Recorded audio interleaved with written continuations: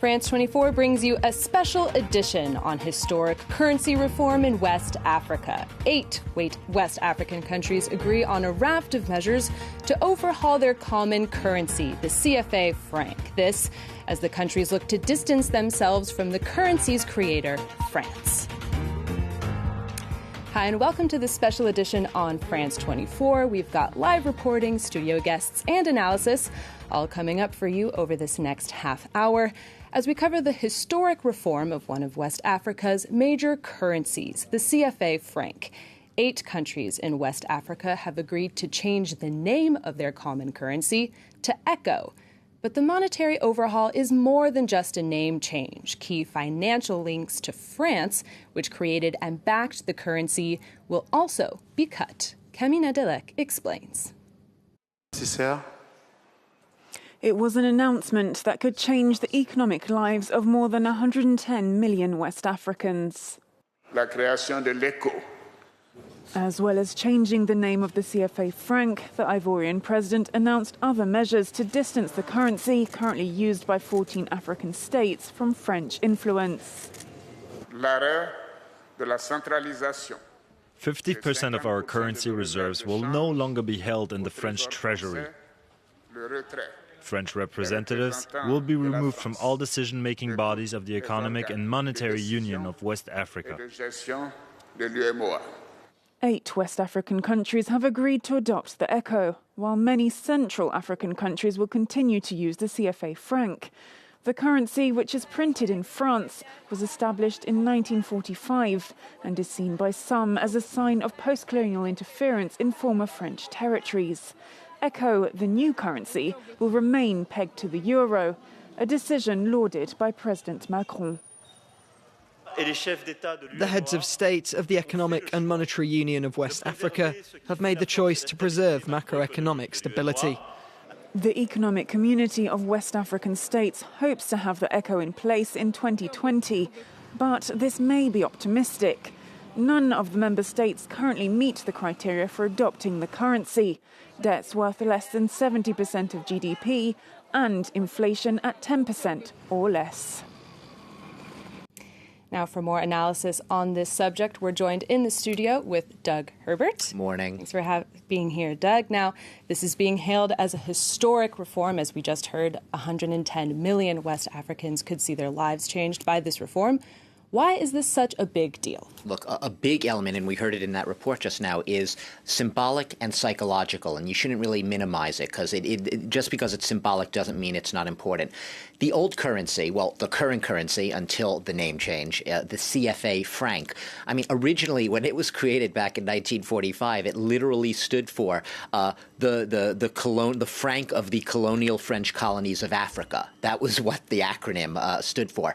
Later, after a lot of the countries had their independence movements, after 1960, it became the same acronym. It was still called the CFA franc, but this time it was the franc of the financial community of Africa. So a little less perhaps triggering. You know, you're taking out the word colonial, but nonetheless, and we did hear it in that report. This currency, yes, it's pegged to the euro, but it's also much more hard pegged psychologically to this sense of being a colonial component of France's former domination, overlordship, if you will, of these countries, of its former dependencies, if you will, in Africa. And while these countries are long since independent, growing, ambitious, with giant young generations, 70% or more of Ivory Coast's population is under the age of 30. It's a giant part of it. These are people with ambitious futures. They don't want to have this stigma of being tied to France. And this currency, beyond simply the name, it had these concrete requirements, as we heard. You had to keep, each of the countries that use this currency had to keep half of their reserves in France's treasury, in France. Can you imagine having to keep your money on another continent, in another country's, your former colonial master's treasury? And to make matters worse, you could say, adding insult to injury, a French representative official sat on the central bank board of this monetary union in Africa. So they're basically unmooring this. They're like, give us our own currency. Now, there are voices there because, yes, symbolically, psychologically, it is definitely an uplifting mood for the region. However, there are people warning as well that the CFA franc, however much it was impugned, however much it was pilloried at times, it did play a major role in monetary stability in the region. And by pegging it to the euro, someone who knows far more than I do about the economy might tell you, it did help to sort of underpin these countries' economies, often at very vulnerable and fragile moments. So a passionate debate that's been long-standing with supporters and critics of this currency. And this move comes as French President Emmanuel Macron is pursuing his agenda of improving ties with France's former colonies in Africa. Can you tell us more about how this reform fits into that? Yeah, well, the reform fits into that, and just what you said, try to improve ties with the former colonies. And part of that improvement requires him not to use the word colonialism. Emmanuel Macron, this policy was not sort of born yesterday. It didn't spring out of a box. This notion, as the French call it, of France-Afrique, creating one word out of the two words France and Africa, it has been sort of a stigma. It has been a stigma on French foreign policy for a long time, this sense of a rotating door between African strongmen and presidents and the French presidential palace, and they'd come with briefcases of cash. That's been changing for a while now. There's nothing new about France trying to break free of that colonial era policy. But what has changed here is Emmanuel Macron has been especially outspoken in the sense that France has to be a player like any other country right now in Africa, a very fast-growing continent where a lot of international powers such as China, India are now overtaking France as far as business investment, market share on the continent. Even though France is the former colonial player in the region with strong cultural ties to Western Africa, there are a lot of other countries that are surpassing it on the economic front. So Emmanuel Macron really wants France to be like really any other player there. Sure, they'll speak the same language. They will still have some common shared history there. But on an economic front, on a business front, on an investment front, he doesn't think France should be special in any way. He began speaking about this and actually causing lots of controversy even when he was campaigning. Few months after his election, he gave a speech in Ouagadougou about this, but he also spoke as a candidate about what he called, and this was a crime against humanity for France's behavior in Algeria when it was still during the War of Algeria. Crime against humanity. You'd never heard words used by that by a French president. It stirred a lot of outrage. Well, he's not talking about Algeria here, but now he's talking about the broader sort of umbrella of France's colonial past in this region. He doesn't want France to be associated with colonialism. He wants France to be considered an equal partner with very ambitious, growing countries with young generations who have dreams and hopes of their own. All right. Well, thank you, Doug Herbert. That's France 24's international affairs editor. We'll be coming back to Doug throughout the program. But now we will be speaking with Carlos Lopez, an economics professor and associate fellow of the Africa program at the UK Chatham House think tank. Now, how complex will it be to implement these reforms, Carlos? Well, first, it's important not to underestimate the symbolic dimension of this decision. And it is true that the currency normally, it's also about trust, and it's also about making sure that the public opinion is actually confident that this is the best instrument to have economic transactions. And therefore, you need to take into account that the public opinion in Africa is very much in favor of a change and a reform. And by now, we are quite familiar with the disruptive nature of President Macron's engagements in the international sphere. So it is not really a surprise that he was the one ready to be quite radical in this particular instance. And I think the maturity of the discussion in Africa, in the West Africa region in particular, has created really the best conditions for this change to take place now. Now, this being said, it is a bit of political opportunism to use ECHO as the mechanism to actually create this specific reform. And I explained this by mentioning that since 2007, the community of West African countries has been discussing a common currency. And this group comprehends more than just CFA franc zone. It has countries like Nigeria that represents 2/3 of the GDP of the region. And this discussion was progressing very slowly until this year, when all of a sudden there was a push for the ECO to be established. Even the name came from a meeting in July. And what is happening now is that, the number of countries that are members of the CFA franc zone in West Africa are taking advantage of this discussion to basically use that currency as the propeller for the changes that are undergoing within the CFA franc zone. But this being said, there is another monetary zone in Central Africa that also uses the CFA franc that is watching what is going on in West Africa and is likely, obviously, to follow the same path, but we don't know for the moment how they will do it, because the characteristics of their economies is very different from West Africa. And whereas in the CFA franc zone in West Africa, you have quite a high degree of political and also macroeconomic convergence, you don't find the same ingredients in Central Africa. Now, as you mentioned, there are talks about potentially expanding ECO to include all of the countries in ECOWAS, the Economic Community of West African States, which also includes countries such as Nigeria and Ghana. Can you tell us a little bit more about that, about potentially expanding this reform to these other countries? Well, there is a set of criteria that has to be followed.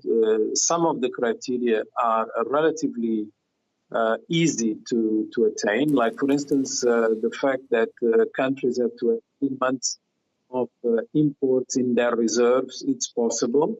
Most of these countries can meet that criteria. But there are a number of other criteria, like the way inflation is going to be controlled, and particularly issues relating to trade are extremely difficult. If we look into the full criteria that has been announced, only one country meets the criteria. Now that's Togo. And I don't really envisage that Nigeria in particular will be able to not just meet the criteria, but be interested in meeting the criteria for a while because of its own internal problems.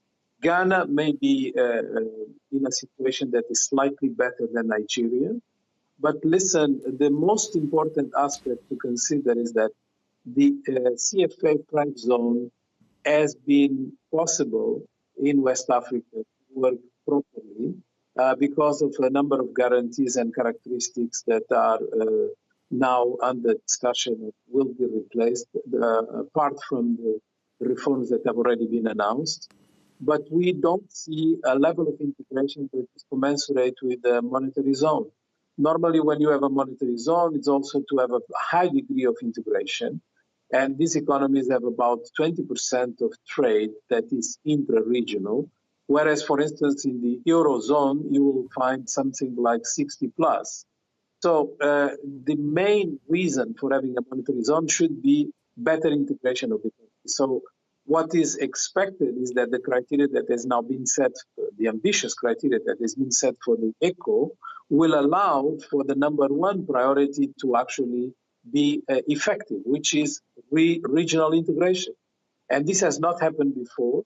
And I think the ECO, as it is going to be launched with just 8 countries, is likely to be sort of the trailblazer that will allow for others to follow and adhere to the zone as they feel that they are ready and interested. Because it's not just a question of meeting the criteria, it's also a question of opportunity to make sure that, when you do, it's in your advantage. Right now, for instance, as I said, because of the problems that some countries have, they will not be ready and interested in adhering.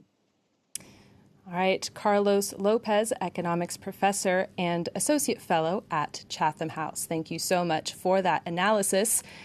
We'll now be bringing in Indira Ayuk, our correspondent in Yaoundé, Cameroon.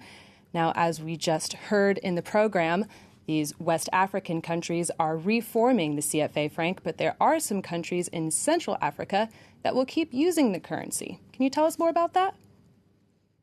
Well, in Cameroon in particular, we spoke to some experts, some economists yesterday after the decision was made, was announced by President Alassane Ouattara and Macron in Ivory Coast. And some of the experts are actually happy with the decision. They are actually happy. I mean, I'm talking about experts in the Central African sub-region. And they think the announcement has received, or they have received it with positive reactions, and that it paves a way for further integration of the continent. Now, leaders in the CEMAC sub-region are still to come to a decision with regards to using the franc CFA, but they met recently in Yaoundé, and this was tabled once again. So far, they have not taken any decisions, but they think it is a push. The decision taken by the West African Monetary Union is a good decision, and it may push leaders in the Central African sub-region to also arrive at a decision of switching from the franc CFA to another currency. However, another economist we spoke to said the switch is unrealistic to him, and it could be detrimental to the region's economy. That is talking about West Africa, where about 6 other countries, including Nigeria, have their own currency, which is still they're still finding it hard to convert it totally. So he thinks that it's a little bit precipitated, but it is a good move. And speaking to people around the CEMAC sub-region, most of them are adhering, most of them are happy with the decision because, like you know, the franc CFA has represented or still represents some form of neo-colonialism to some Africans or to some African economies. So moving completely from the franc CFA to them is a good thing, despite the challenges that will come with switching immediately, that is in 2020.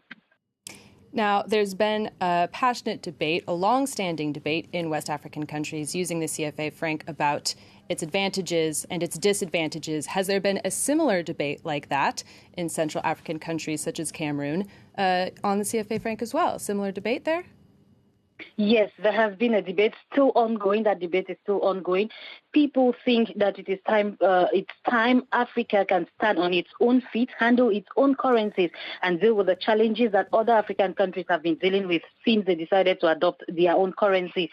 So I think this decision now it will push more. It would fuel this debate even more. People are beginning to talk about the franc CFA or beginning to have hopes that one day Africa is going to take the decision to finally adopt its own currency and forget about the franc CFA.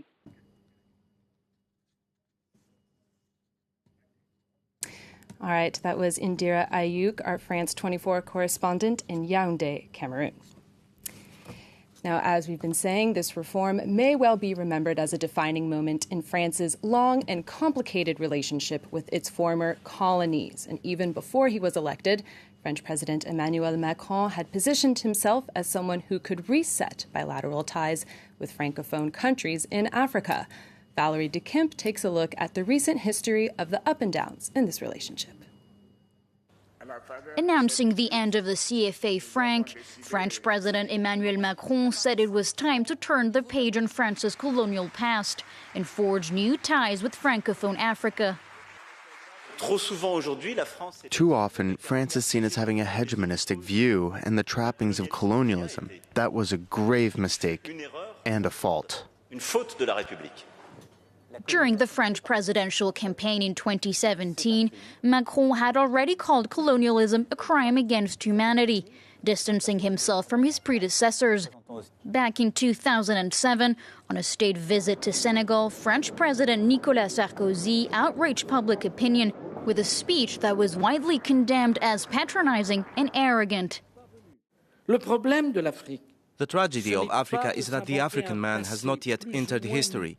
The problem with Africa is that they invent themselves a mythical past so that they can cope with the present instead of building a future for themselves with their own means. Relations between Francophone Africa and the former colonial power have also been defined by France's military involvement in the continent. In 2013, France responded to Mali's call for help. It's the beginning of Operation Serval, a counter-terrorism mission in the Sahel region that will later make way for Operation Barkhane. Both interventions have been met with skepticism, while others have acknowledged that it has contributed to stability in the region. We need more of Barkhane and more allies. Those who criticize France's presence in the region or that of its allies forget that without Operation Serval, Mali would now be in the hands of terrorists. Critics say the more than 4,500 French troops operating in the region act as an occupying force. Emmanuel Macron, however, has called on African leaders to clarify their positions regarding France's presence in West Africa. I expect each one of us to take responsibility to be truthful. France does not have an imperialistic agenda, nor does it have an economic agenda. France and the leaders of the Sahel G5 group are set to meet next month in southwestern France to address French military operations.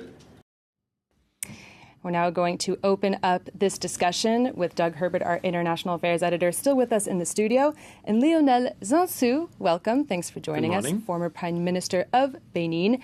Now, as we just heard in that report, security issues are another key part of French President Emmanuel Macron's policy for Africa. How does security also fit into this reform?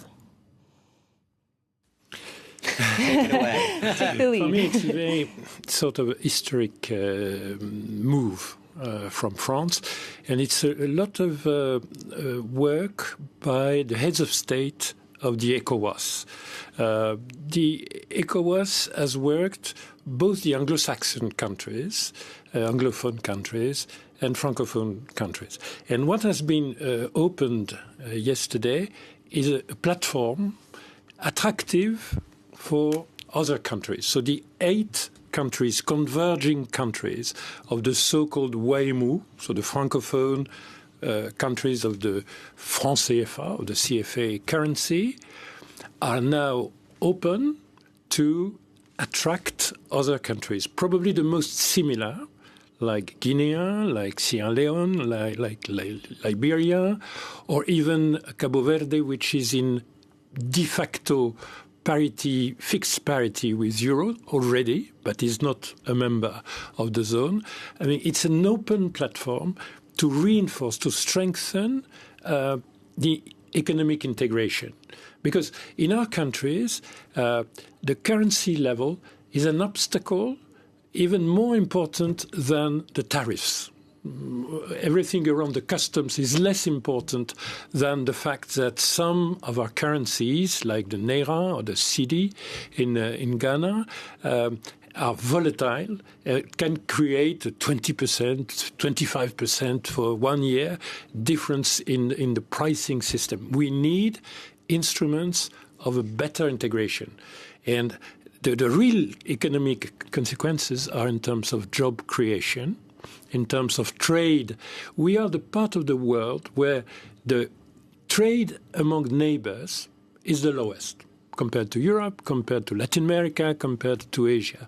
We have to be far more integrated. The consequence is 1 or 2 points more of growth of the GDP and accordingly job creation. We absolutely need that. So we have now something which is open because France will be far less of a major player in the system. They will be not represented in any management institution of the zone, be it the Development Bank, the Central Bank, the Monetary Cooperation Committee, whatsoever. And it was a request of the Anglophone countries. And it's perfectly understandable because they have not the same historical links. So I think it is now open, and we will see probably on 10 years more countries joining, a bit like the Eurozone has been created by countries entering in the system when they have converged on some macroeconomic issues. Clearly, we need Nigeria. We absolutely need Nigeria to be something in the world scene. We need, and totally attractive. we need Nigeria. But Nigeria has a oil-related currency. All the other countries are going better if the price of oil is lower. Nigeria is not going better when the oil price is down, as we have seen since 2015. So we have to converge more with Nigeria. But Nigeria, like Ghana, will benefit a lot of having a unique market with a unique currency. And all the heads of state, not only the 8 ones, not only Mr. Ouattara, who by delegation has been the head of the task force, but the whole of the ECOWAS 15 countries have been associated to this openness. All right. Well, I'd like now to pivot to Doug. I was just going to comment on one thing. If there's a paradox in all of this, is even on the day when we're seeing a move towards greater regional monetary integration, right? We were speaking before about there are actually 2 monetary zones which have been using the CFA franc, and one of them is staying for the time being exactly where it is, continuing to use that franc. Not for long. Huh? Not for long. We don't have fixed dates yet, but they sure. claim that they want to adopt the ECO. On the security level, though, even as there's this sort of effort for France to disengage from a currency seen as a colonial relic, on the security situation, which is obviously the other big issue of this visit, you very much see French involvement. In fact, it's been the reason France has seen itself as, if not overly involved, has been calling for international help in the region. We've been talking endlessly about the 4,500 French troops taking part in the so-called Barkhane operation. The idea is eventually to hand over the security, in the same way we're seeing on the economic front. The dream, the hope would be to be able to hand off that security to the so-called G5 Sahel countries, that is, the regional countries which have been most afflicted by the threat of the jihadist insurgencies, Islamist threats in that region. They're not there. They are far from it right now. Those armies in those regions from Mali, Mauritania, to Niger, to Chad, Burkina Faso, they're often under-equipped. They are often ill-trained, not all of them. It is changing. It is evolving. But for now, France, whether it likes it or not, is going to be staying put in Mali with its forces for quite a while. May I recall that France... I'm so sorry to cut off this debate. That's all the time we have. Sorry. But thank you both so much for your analysis and for joining us here on this special edition. Doug Herbert, France 24's International Affairs Editor. Lionel Zanzou, the former Prime Minister of Benin. Thank you both so much. That's all for this special edition, but do stay tuned. There's more news and analysis coming up next on